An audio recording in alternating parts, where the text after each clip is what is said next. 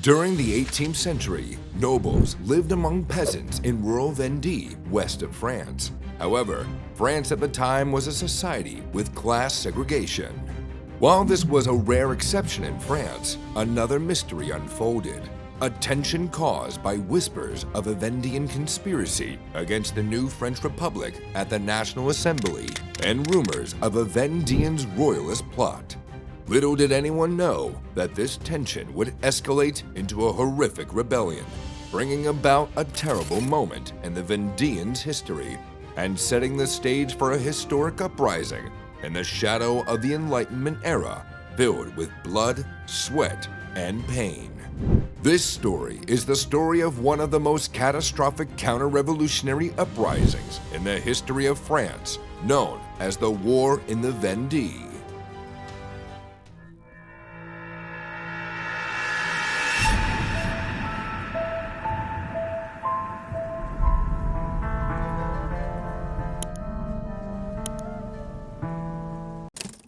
Before the war. The War in the Vendee from 1793 to 1796 during the French Revolution was a counter-revolutionary uprising in response to the radical policies of the new French Republic. This conflict, deeply rooted in the rural and conservative Vendée region, started when two representatives on a mission informed the National Assembly in 1791 that the Vendee was conspiring against the new First French Republic, bringing about political tensions. Shortly after, new rumors emerged about a rebel conspiracy by a notable Vendean, Marquis de la Rogue. Now, while these tensions simmered, news about implementing the civil constitution of the clergy began to spread. This constitution mandated that all Roman Catholic priests in France shift their loyalty from the Holy See to the Constitution, and by extension, to be increasingly anti-clerical and anti-Catholic National Constituent Assembly of the Republic. And so, to enforce this new constitution, the Republic commanded that all French religious leaders swear allegiance to it. However, while some frighteningly swore allegiance to the Republic, many refused, pledging their loyalty to the Holy See. Seeing these radical changes the Republic was imposing, the Vendean people became unhappy, complaining bitterly. But rather than resolving these issues, the Republic imposed compulsory army enrollment, further angering the people. Hence, the local nobility, religious leaders, and regular people formed their army called the Catholic Army, to fight against these changes and regain control of their churches with its old priests in charge. War in the Vendee. In February, before the riot started, the National Convention approved picking 300,000 men through a random draw from unmarried people in each community. However, when recruiters showed up, many people in the countryside refused to partake in the enrollment, planting the seeds of rebellion among the Vendeans. When the Republic realized the people had started rebelling, they immediately tried to stop them. But they were unsuccessful in areas like the Low Loire, the Megs, and the Vendean Bocage. However, the rebellion had gotten so severe that youth from towns near the textile hub of Calais began invading towns, even taking down the National Guard's leader. Within a week, things quickly turned violent, and many peasants overran Marquicoul in the Breton marshlands, brutally killing hundreds of citizens supporting the Republic, as well as capturing a small community in western France, Saint-Florent-le-Ville. By mid-March, the rebellion had grown into a full-fledged riot. Hence, the Republic sent over 45,000 troops to stop the uprising. But rather than ending the riot, sending its troops marked the beginning of the War in the Vendee. The Uprising. The first significant clash between the Republic and the Vendean rebels happened on the night of March 19, 1793. Leading the Republican group was General Louis-Henri François de Massy, from La Rochelle to Nantes, as they clashed with the Vendean rebels north of Chantenay near the Grèvereau Bridge. After 6 intense hours of battle, the rebel reinforcements won. A few days later, in the north, on March 22nd, another Republican group met a similar fate near Chalon-sur-le-Roi.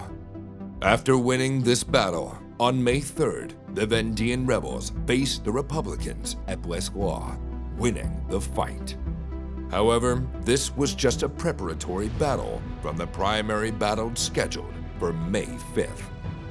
On that fateful day, the battle started at Pont-de-Vrain, an overhead bridge leading to another city, Thouars. However, for 6 hours, the Vendean rebels were unable to cross the bridge as they faced a deadly attack from the Republicans. In a moment of daring courage, Louis de Lescure, a novice combatant standing alone on the bridge amid enemy fire, encouraged his men to follow him as they crossed the bridge in ambush for the Republicans, catching them off guard from the rear by the cavalry under Charles de Ponchamps. Hence, the Republicans had to call for reinforcements. But despite calling for reinforcements, the Republicans lost and had to retreat to the city. Yet, the Vendean rebels stormed their camp, seizing their arms and gunpowder.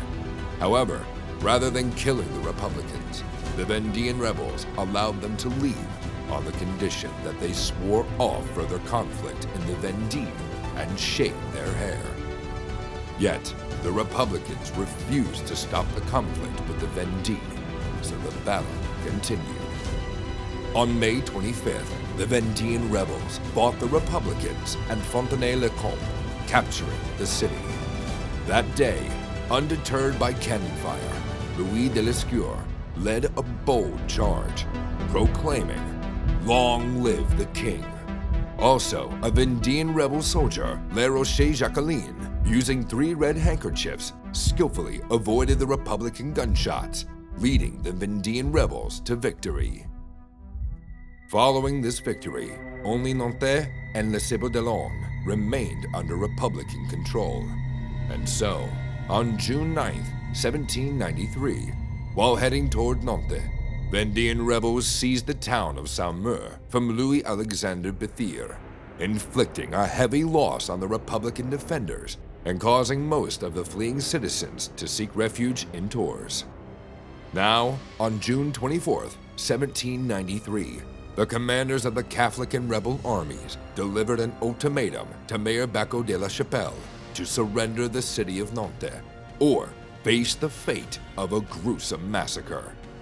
When he refused, on June 29th at noon, about 40,000 rebel soldiers descended upon the city, where refugee Republicans from the surrounding countryside camped after fortifying themselves by telling harrowing tales to their defenders of the horrors inflicted by the rebels in the cities they had captured. However, despite ambushing the Republicans, the Vendean rebels could not seize the city due to poor coordination among their armies. And so, the battle moved to Châtillon, near Maulion. In Châtillon, Marquis de la Rochelle-Jacqueline, leading 20,000 Vendean royalists, clashed with General François-Joseph Westermann's French Republican force. After fighting for hours, the Vendeans won, killing 5,000 Republicans, including General Chambon. After this battle was the Battle of the Vihiers on July 18th, in which the Vendeans won, angering the Republicans. Eager to stop the Vendean rebels, on August 1st, the Committee of Public Safety issued a chilling decree, ordering Jean-Baptiste Carrier to carry out the task of pacification through complete physical destruction of the Vendeans.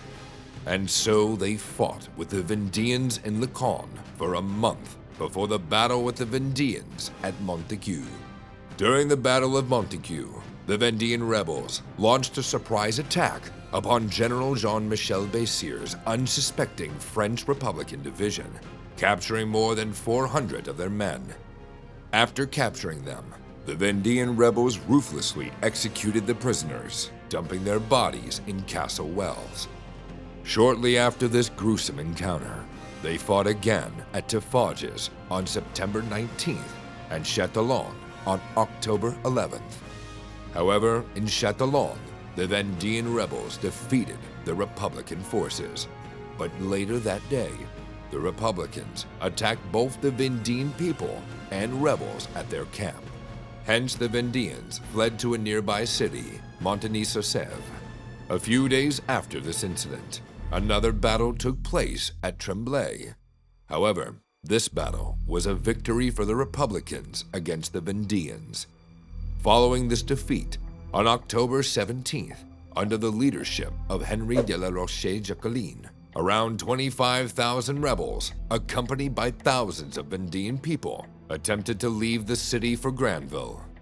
After crossing the mighty Loire River, they anticipated a warm welcome from British ships and a group of exiled French nobles who were to support them in capturing Granville. Unfortunately, they were ambushed as Granville had been surrounded by the Republicans, with no sign of the expected British support. Hence, thousands of them were captured. Following their failed siege, Jean-Baptiste de Carrier vengefully ordered that all Vendean prisoners be shot to death. But since this would be impractical, as there were too much, he ordered that they be loaded onto boats equipped with trapdoor bottoms and thrown into the river to drown. Apart from this, some disturbing rumors were circulating at the time that some female prisoners were stripped and tied with men in a ghastly display known as the Republican marriage. Nevertheless, the ultimate downfall of the Vendeans came in the form of a decisive battle in the Savonne on December 23rd, where the Vendean rebels lost and Jacques-Alexis de Vautour, their general, was executed. Legend has it that after the Battle of Savonne, General Westerman reported to his political superiors in a letter, saying, "The Vendee is no more. According to your orders, I have trampled their children beneath our horses' feet. I have massacred their women, so they will no longer give births to brigands. I do not have a single prisoner to blame me. I have exterminated them all." However, the authenticity of this report is still debated today. But if this brutal account is accurate, then it would have violated explicit orders from the Convention to General Westerman to spare civilians. Also disputing this account were reports of thousands of living Vendean prisoners in Westerman's custody when the letter was supposedly written. Regardless of the authenticity of these accounts, it is believed that a total estimate of 117,000 to 450,000 people out of 800,000 were killed during the war in the Vendee. The aftermath. In February 1794, the Committee of Public Safety launched their final pacification effort, known as the Vendee Venge, or Vendee Avenged. To appeal to the Vendeans, General Turreau, leading 12 infernal columns, marched through the Vendee, inquiring about the fate of women and children in rebel territory, but was told by the Committee of Public Safety to eliminate the brigands to the last, sparing no one. Eventually, the convention issued proclamations granting Vendeans liberty of worship and safeguarding their property. Implementing these measures, General Hoche rewarded those who submitted to the Republican authority with cows. He also formed new treaties with them, providing a fragile front of peace. But despite these new laws, there was still some resistance among the people. Finally, on July 16, 1796, the Directory declared the war to an official end, lifting the siege on July 30th in the Western Departments. So, what are your thoughts on this? Let us know in the comment section below, and remember to hit that subscribe button. To watch more insane and unique stories, click on the video options on the screen. You won't regret it.